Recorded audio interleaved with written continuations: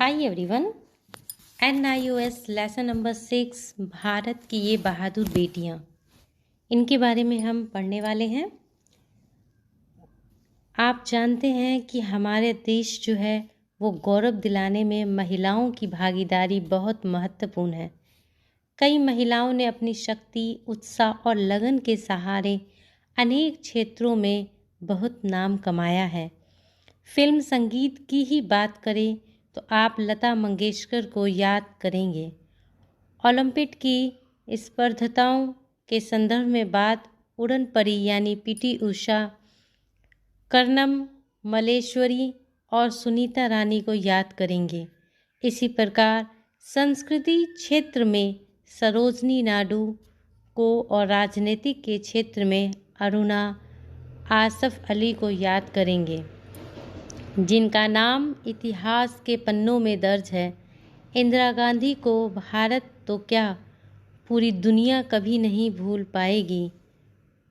गरीबों और कुष्ठ रोगियों की सेवा के द्वारा मदर टेरेसा ने संत की ऊंचाई पाली। क्या आपने भी ऐसी प्रसिद्ध महिलाओं के बारे में सुना है? भारत की ऐसी दो और बहादुर बेटियों के विषय में हम पढ़ेंगे।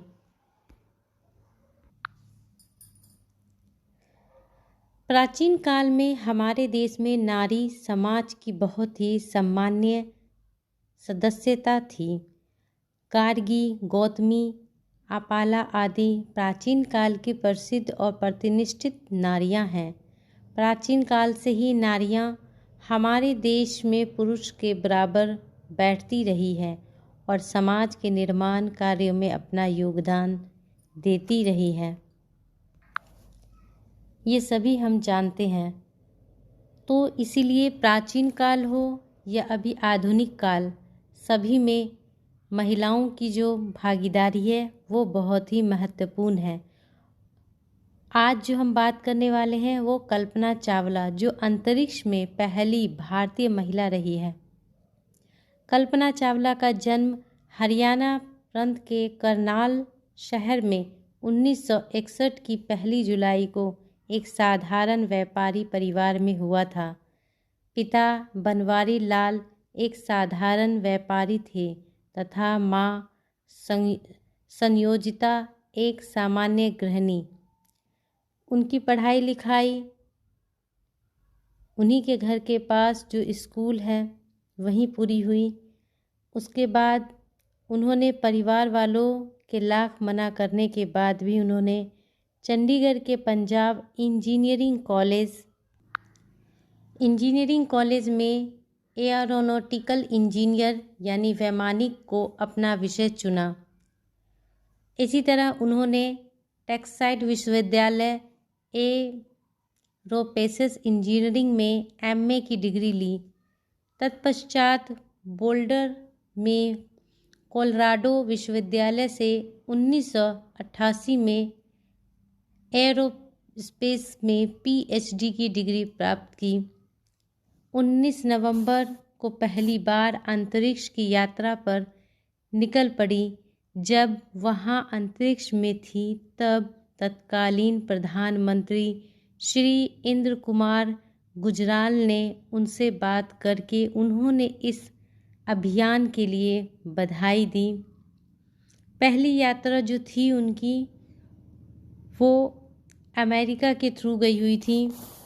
दूसरी बार जब अमेरिका के अंतरिक्ष यान कोलंबिया ने दूसरी बार अंतरिक्ष में जाने का कार्यक्रम बनाया तो एक बार फिर कल्पना को उसके अभियान दल में शामिल किया गया।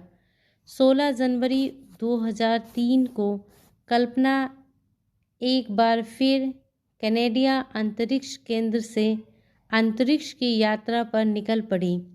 16 दिन के इस अभियान में 80 प्रयोग किए गए, जिनमें मानव शरीर, कैंसर कोशिकाओं की परीक्षा और कीट पतंगों पर भारहीनता संबंधी प्रयोग शामिल थे।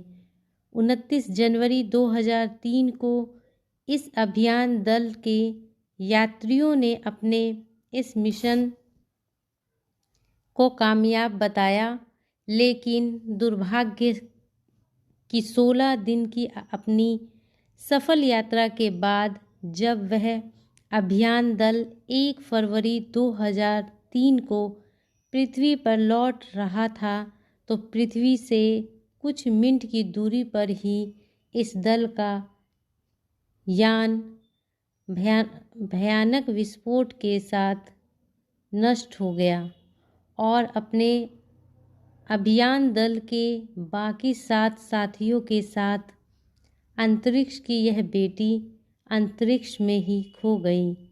कल्पना के इस दुर्भाग्यपूर्ण अंत से पूरी दुनिया गम के साए में हो गई। भारतीय प्रधानमंत्री श्री अटल बिहारी वाजपेयी ने संसद में कल्पना के प्रति श्रद्धांजलि व्यक्त करते हुए घोषणा की कि उनकी स्मृति में अंतरिक्ष यान मेटसैट का नाम कल्पना फर्स्ट। कल्पना के इस दुर्भाग्यपूर्ण अंत से पूरी दुनिया उदास रह गई। प्रधानमंत्री श्री अटल बिहारी वाजपेयी ने संसद में कल्पना के प्रति श्रद्धांजलि व्यक्त करते हुए घोषणा की कि उनकी स्मृति में अंतरिक्ष यान मेटसैट का नाम कल्पना फर्स्ट रखा गया। इस प्रकार अदम्य साहस, दृढ़ इच्छा शक्ति और कर्तव्य निष्ठा के बल पर भारत की बेटी कल्पना ने न सिर्फ महिला जाति का नाम ऊंचा किया, बल्कि पूरे देश का नाम भी विश्व इतिहास में सुनहरे अक्षरों में अंकित कर दिया। इसी तरह बचेंद्री पाल पहली महिला एवरेस्ट विजेता थी जो भारतीय थी। कल्पना चावला की तरह ही बचेंद्री पाल भी साहस की पर्याप्त है। बचेंद्री पाल को एवरेस्ट की चोटी पर चढ़ने वाली पहली भारतीय महिला होने का गौरव प्राप्त है। बचेंद्री का जन्म 1954 में चमोली जिले में परंपरागत पुरुष वर्चस्व वाले एक साधारण भारतीय परिवार में हुआ था। पिता किशनपाल सिंह और मां हंसा देही नेगी की 5 संतानों में बचेंद्री तीसरी संतान है। बचेंद्री को बचपन में रोज 5 किलोमीटर पैदल चलकर स्कूल जाना पड़ता था। बाद में पर्वत आरोहण परीक्षण के दौरान उनका ये कठोर परिश्रम बहुत काम आया। 8वीं पास करने के बाद पिता ने उनकी पढ़ाई का खर्च उठाने से मना कर दिया। बचेंद्री ने इसका भी रास्ता तलाश किया। उन्होंने सिलाई का काम सीखा और सिलाई करके पढ़ाई का खर्च उठाने लगी। इस तरह उन्होंने संस्कृत से एमए तथा बीएड की उपाधि प्राप्त की। पढ़ाई के साथ साथ बचेंद्री ने पहाड़ पर चढ़ने के अपने लक्ष्य को हमेशा अपने सामने रखा। इसी दौरान बचेंद्री ने काला नाग पर्वत की चढ़ाई की। 1982 में उन्होंने गंगोत्री ग्लेशियर ऊंचाई 6,672 मीटर तथा रूट गैरा ऊंचाई 5,819 मीटर की चढ़ाई की, जिससे इनमें आत्मविश्वास और बढ़ा। अगस्त 1983 में जब दिल्ली में हिमालय पर्वत आरोही का सम्मेलन हुआ, तब वे पहली बार तेंजिंग नोर्गे एवरेस्ट पर चढ़ने वाले पहले पुरुष तथा जुंके ताबी एवरेस्ट पर चढ़ने वाली पहली महिला से मिली। तब उन्होंने संकल्प किया कि वे भी उनकी ही तरह एवरेस्ट पर पहुंचेंगी। वह दिन भी आया जब 23 मई 1984 को दोपहर 1:07 पर एवरेस्ट पर पहुंचकर भारत का झंडा फहरा दिया। उस समय उनके साथ पर्वत आरोही अंग दोरजी भी थे। इस तरह बचेंद्री को एवरेस्ट पर पहुंचने वाली पहली भारतीय महिला होने का गौरव प्राप्त हुआ। उन्होंने सिद्ध कर दिया कि अगर व्यक्ति में आत्मविश्वास, लगन और साहस और दृढ़ इच्छा शक्ति हो तो आभा या अन्य कोई भी कठिनाई उनका रास्ता नहीं रोक सकती। वो अपने लक्ष्य को प्राप्त ज़रूर करते हैं। इस लेसन में एक चीज़ और है, फीचर के बारे में बताया गया है। फीचर जो होता है वो अखबार के 3 काम करते हैं, जैसे सूचना देना, शिक्षा देना और मनोरंजन करना। समाचार सूचना देता है, फीचर हमें शिक्षित करते हैं और हमारा मनोरंजन करते हैं। फीचर में इस प्रकार का ध्यान रखा जाता है कि वह रोचक भी हो। फीचर कई प्रकार के होते हैं।